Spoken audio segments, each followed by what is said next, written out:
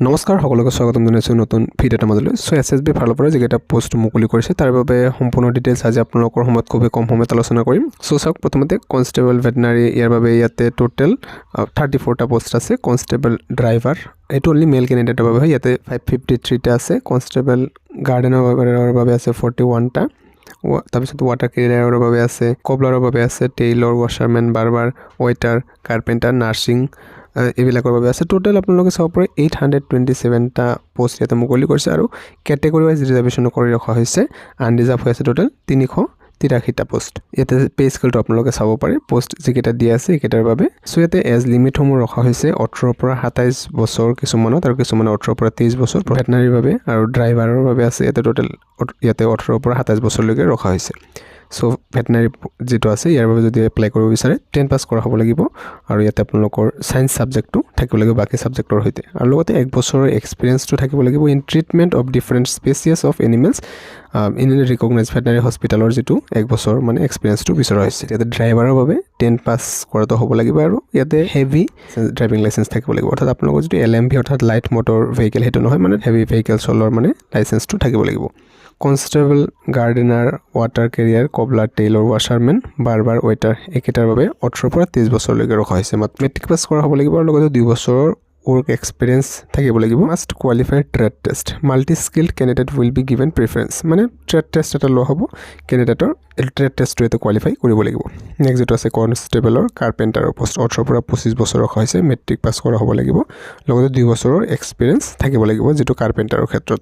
লগতে 1 বছৰ ইয়াতে ITI চাৰ্টিফিকেট থাকিব লাগিব, বা যদি কাৰোবাৰ ইয়াতে 2 বছৰৰ ডিপ্ল'মা কোৰ্চ আছে ITIত তথাপিও হ'ব।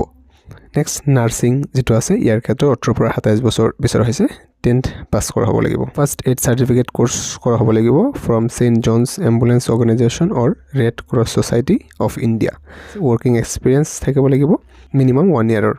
তো যিখিনি ইয়াতে এজ দিয়া আছিলে তাৰ পৰা ইয়াতে কেটেগৰী ৱাইজ কিছুমান ৰিলেক্সেশ্যন লাভ কৰিব। SC ST হ'লে 5 বছৰ ৰিলেক্সেশ্যন, OBC হ'লে 3 বছৰ, এক্স চাৰ্ভিচমেন হ'লে 3 বছৰ ৰিলেক্সেশ্যন লাভ কৰিব। চিলেকশ্যন প্ৰচেছ কেনেকৈ লোৱা হ'ব সেই সম্পৰ্কে চাওক। ইয়াতে PhD PT লোৱা হ'ব। পোষ্টকেইটা যেতিয়া দিয়া আছে ইয়াৰ বাবে আপোনালোকে চাব পাৰে। মেল কেণ্ডিডেট হ'লে 4.8 কিলোমিটাৰ ৰেচ হ'ব, ইয়াতে 24 মিনিটছত কমপ্লিট কৰা হ'ব লাগিব। তাৰপিছত ফিমেলৰ বাবে 2.4 কিলোমিটাৰ 18 মিনিটছ আপোনালোকে লাভ কৰিব। হাইটৰ ক্ষেত্ৰত চাব পাৰে, আমাৰ অসমৰ কেণ্ডিডেটৰ বাবে 165 ইয়াতে হ'ব লাগিব হাইট, ইয়াতে মেল কেণ্ডিডেটৰ বাবে। তাৰপিছত ফিমেল হ'লে 155 হ'লে হৈ যাব, আৰু চেষ্টৰ যিটো মেলৰ অকল লাগিব মিনিমাম 78, আৰু এক্সপেণ্ড কৰাৰ পিছত 5 এক্সট্ৰা হ'ব লাগিব। বাকী ইয়াতে ST কেণ্ডিডেট যদি হয় তেওঁলোকৰ বাবে কিছুমান ইয়াতে ৰিলেক্সেশ্যন ৰখা হৈছে, ছেম SSC GDৰ দৰে আপোনালোকে সেইটো চাব। নেক্সট ইয়াতে ফিজিকেল টেষ্ট কোৱালিফাই কৰিলে ৰিটেন এক্সামিনেশ্যন লোৱা হ'ব। তাৰপিছত ৰিটেন এক্সামিনেশ্যনৰ ক্ষেত্ৰত 2 ঘণ্টা সময়ৰ এক্সাম এটা লোৱা হ'ব, য'ত 100 নম্বৰৰ কুৱেশ্যনছ আহিব মানে।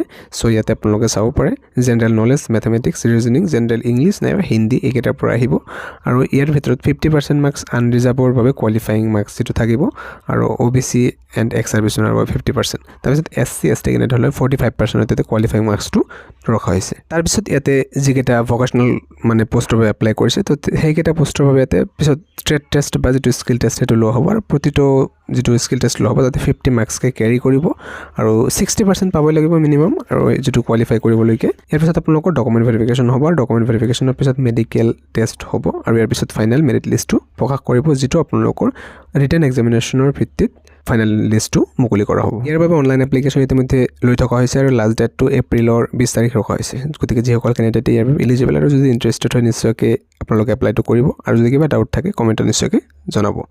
ভিডিঅ'টো ইমান আছিলে, লাইক এটা কৰি ৰাখিব। Thank U.